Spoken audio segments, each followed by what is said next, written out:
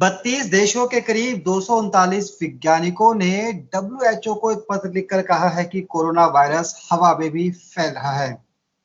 इस बयान के बाद देश भर में, दुनिया भर में और हर जगह लोग कोरोना को लेकर खासे डरे हुए हैं। क्या वाकई कोरोना हवा में भी फैलता है?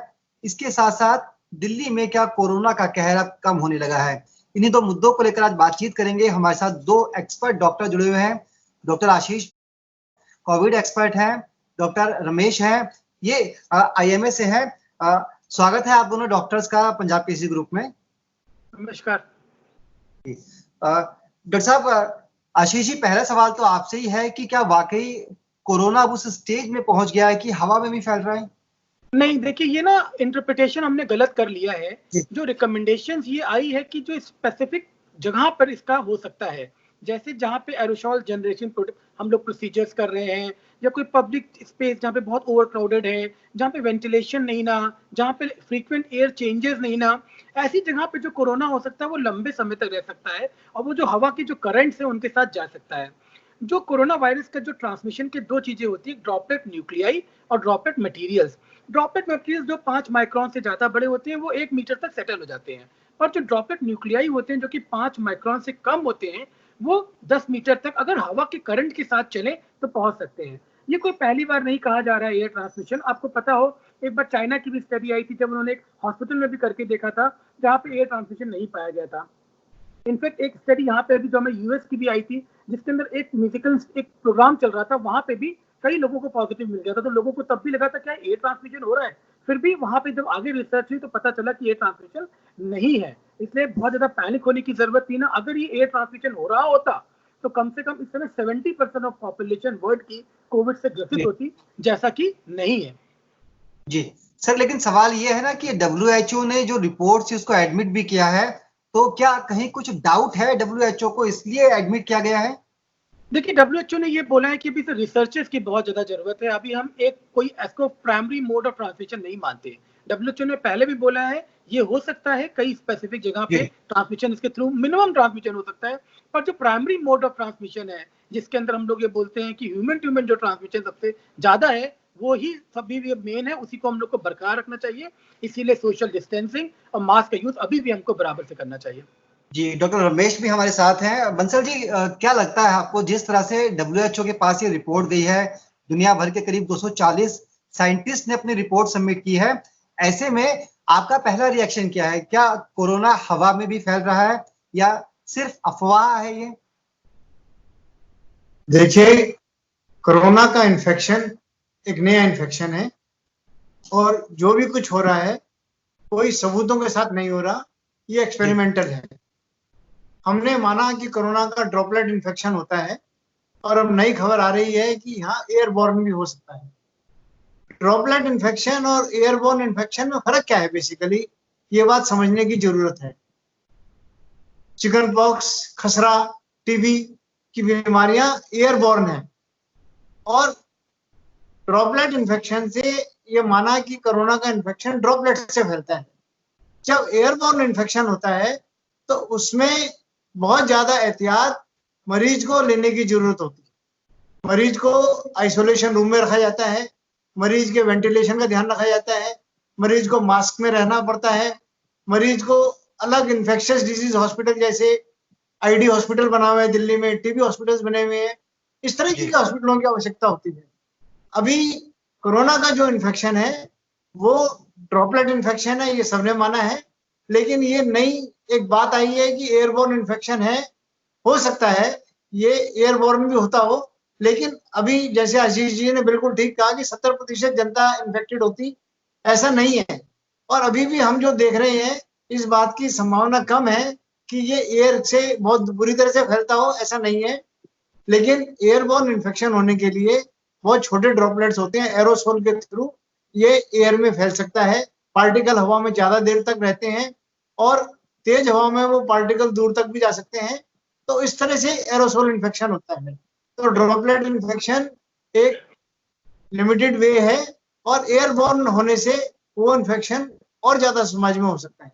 हमको चाहिए आप ये कह रहे हैं कि जो ड्रॉपलेट्स है वो 5 माइक्रोन से छोटा है, तो बहुत हाँ। ज्यादा पैनिक होने की जरूरत नहीं है। लेकिन जब हम भीड़ भाड़ वाली जगहों पर जाते हैं, दुनिया भर के बाजार हैं अलग अलग जगहों पर, लोग क्योंकि सटके भी निकलते हैं, कहने को तो हम लोग डिस्टेंस का पालन भी करते हैं, लेकिन अगर हम दिल्ली की भी बात करें, इतने छोटे छोटे बाजार हैं, संकरे बाजार हैं, ऐसे में क्या जो ड्रॉपलेट्स हैं 5 माइक्रोन से छोटे वाले, क्या ये इफेक्ट कर सकते हैं?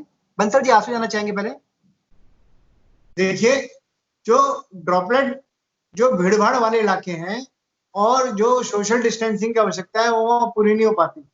लेकिन एयरबॉर्न हर इन्फेक्शन में ये सबसे जरूरी है, जो पेशेंट है वो पेशेंट नहीं आना चाहिए पब्लिक प्लेसेस के अंदर।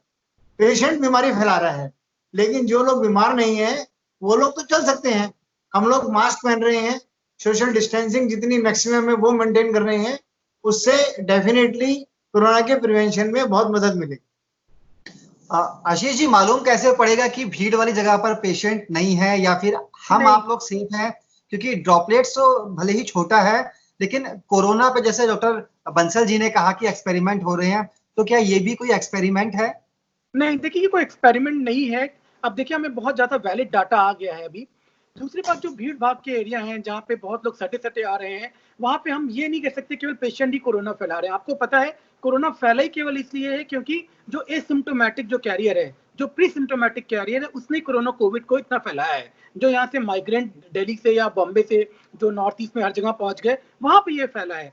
तो ये मेन इशू की प्रॉब्लम ही कोविड के साथ यही है कि ये जो एसिम्टोमेटिक ट्रांसमिशन है जो कि हम लोग को प्रॉब्लम दे रहा है। हमको ये नहीं पता कि हमारे जो सामने वाला बंदा जो कि एकदम ठीक हो वो कोरोना ना फैला रहा हो। इंपॉर्टेंट ये है कि जब तक हम मास्क पहनेंगे, तो अगर मान लो वो खांसता है, बात करता है, जम्हाई लेता है, इनसे ड्रॉपलेट न्यूक्लिय आगे जाते हैं।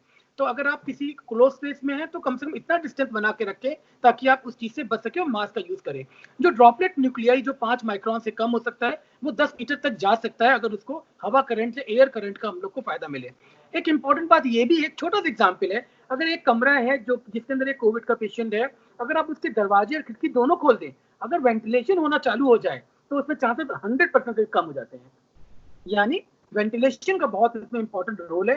किसी तरीके से जो ये एयर करंट है वो निकल जाए, बाद में अपने आप सस्पेंडेड हो जाएगा।